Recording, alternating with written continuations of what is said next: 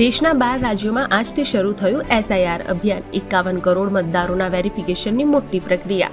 ચૂંટણી પંચે દેશના 9 રાજ્યો અને 3 કેન્દ્રશાસિત પ્રદેશોમાં મતદાર યાદીની સ્પેશિયલ ઇન્ટેન્સિવ રિવિઝન પ્રક્રિયાનો કર્યો આરંભ.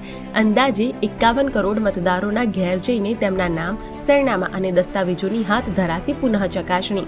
શું છે એસઆઈઆર અભિયાન?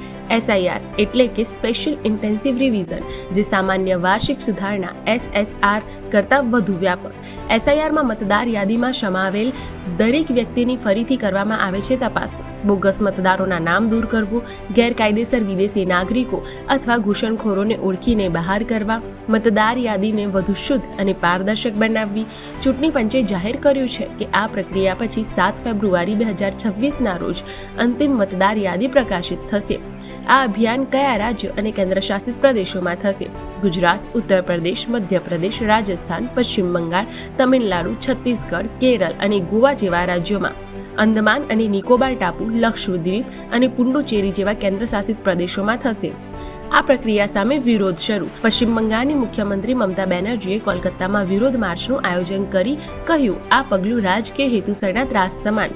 તમિલનાડુની સત્તારૂઢ ડીએમકે પાર્ટીએ આ અભિયાનને સુપ્રીમ કોર્ટમાં પડકાર્યું છે. દાવો કર્યો કે ચૂંટણી પંચ પોતાના અધિકાર ક્ષેત્રની બહાર જઈ રહ્યું છે.